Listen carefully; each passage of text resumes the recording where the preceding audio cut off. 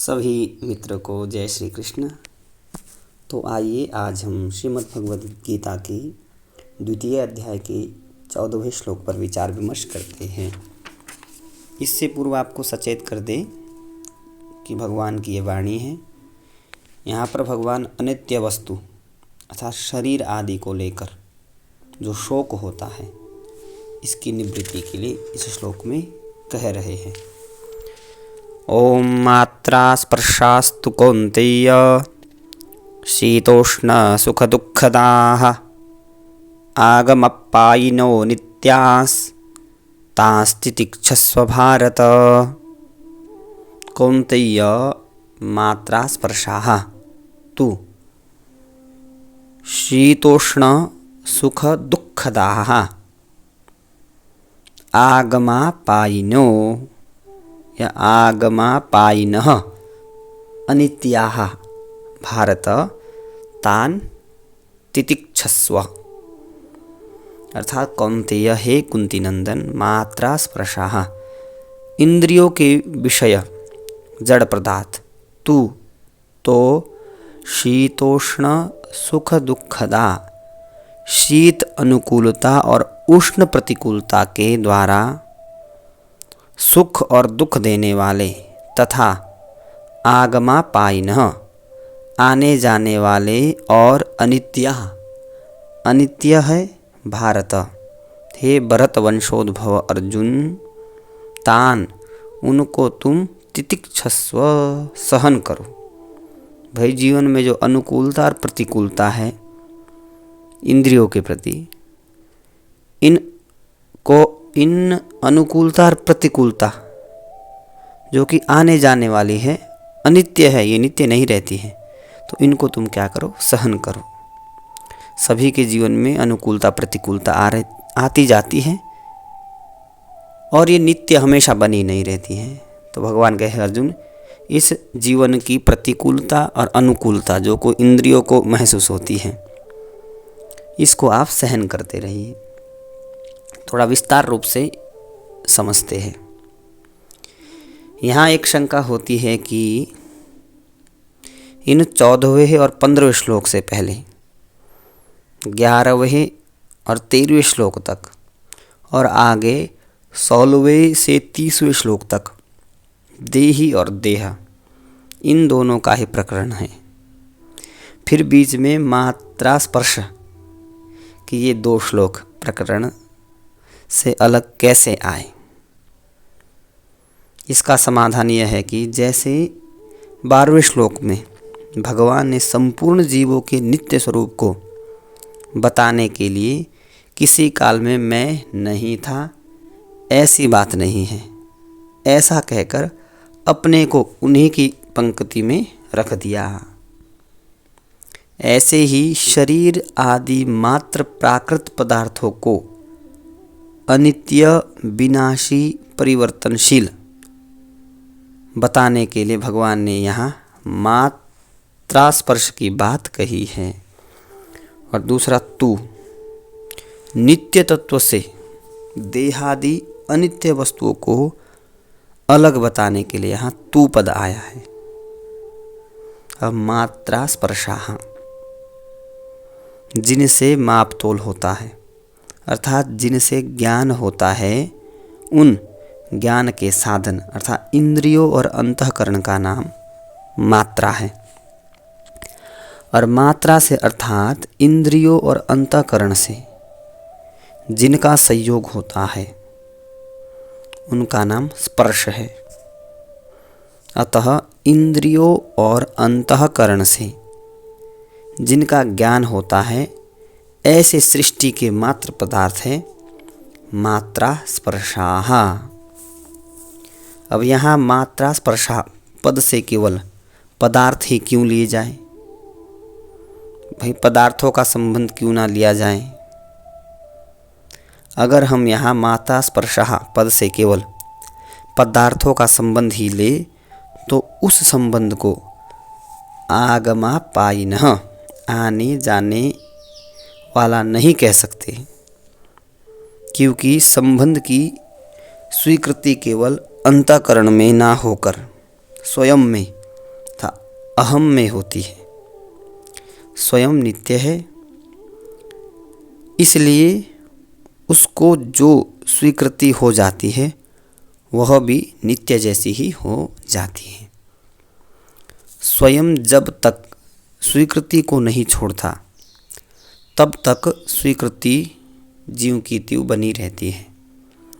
अर्थात पदार्थों का वियोग हो जाने पर भी, पदार्थों के ना रहने पर भी उन पदार्थों का संबंध बना रहता है।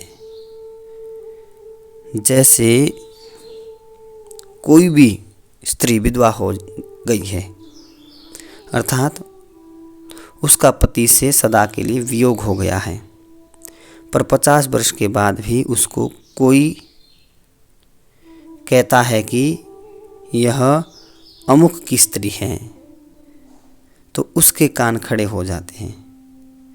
इससे सिद्ध हुआ कि संबंधी अर्थात पति के ना रहने पर भी उसके साथ माना हुआ संबंध सदा बना रहता है। इस दृष्टि से उस संबंध को आने जाने वाला कहना बनता नहीं।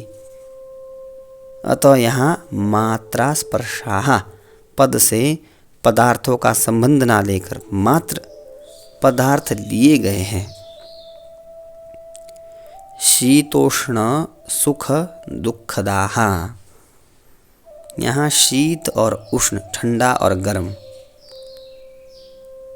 यहाँ शीत और उष्ण शब्द अनुकूलता और प्रतिकूलता के वाचक है। अर्थात हमारे जीवन में क्या अनुकूलता है क्या प्रतिकूलता है, तो ये शीत और उष्ण शब्द प्रतिकूलता और अनुकूलता के वाचक है।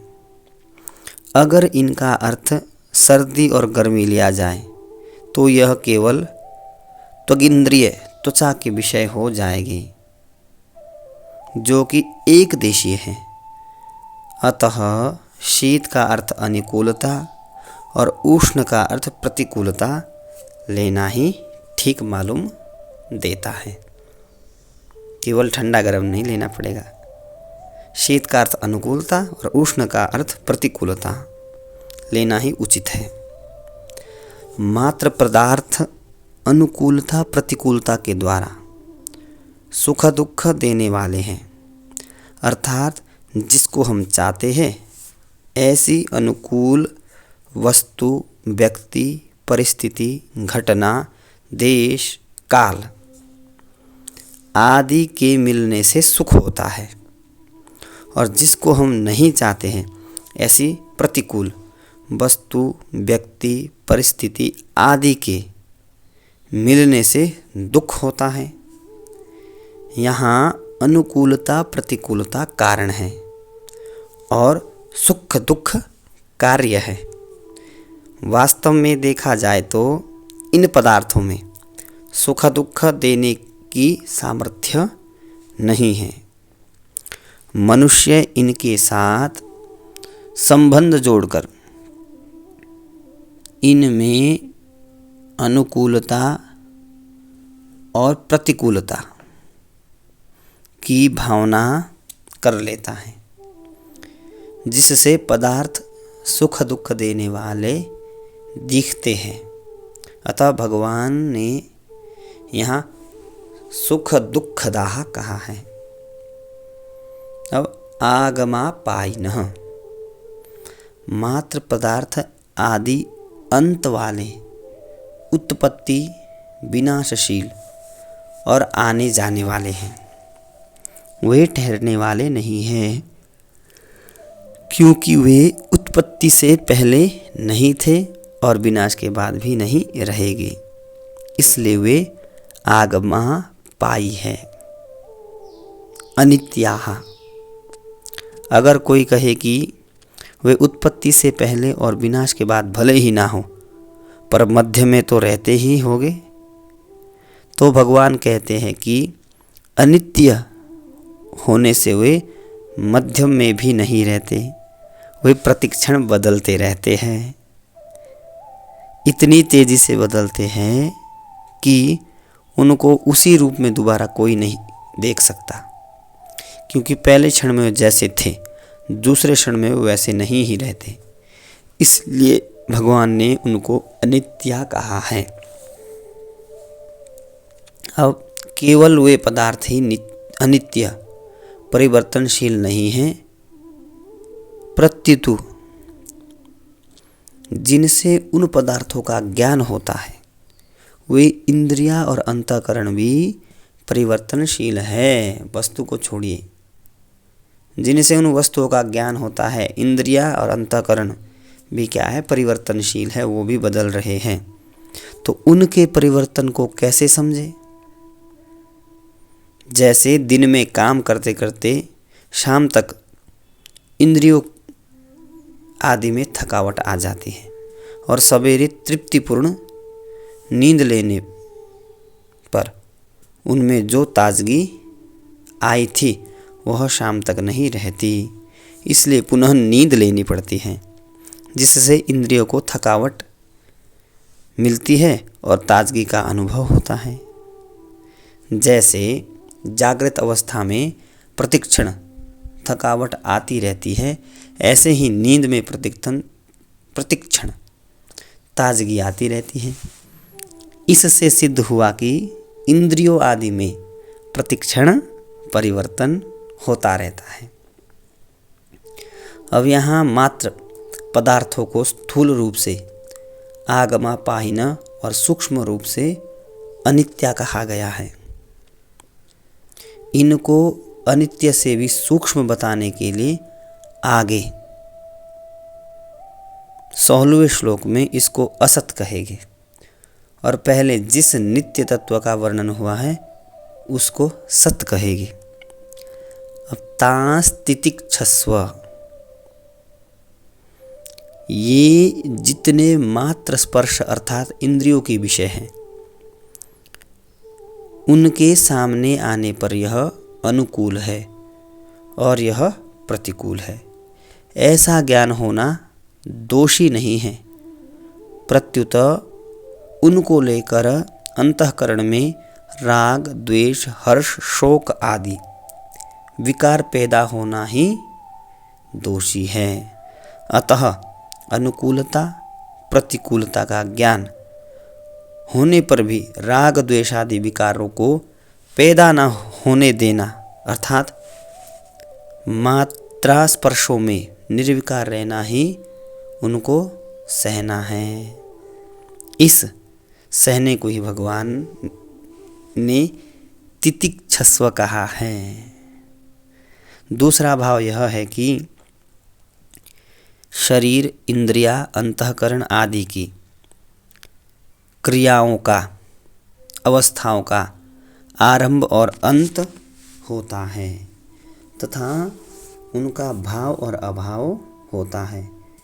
वे क्रियाएं अवस्थाएं तुम्हारे में नहीं हैं, क्योंकि तुम उनको जानने वाले हो, उनसे अलग हो, तुम स्वयं ज्यों के त्यों रहते हो। अतः उन क्रियाओं में अवस्थाओं में तुम निर्विकार रहो। इसमें निर्विकार रहना ही तितिक्षा है। जय श्री कृष्ण।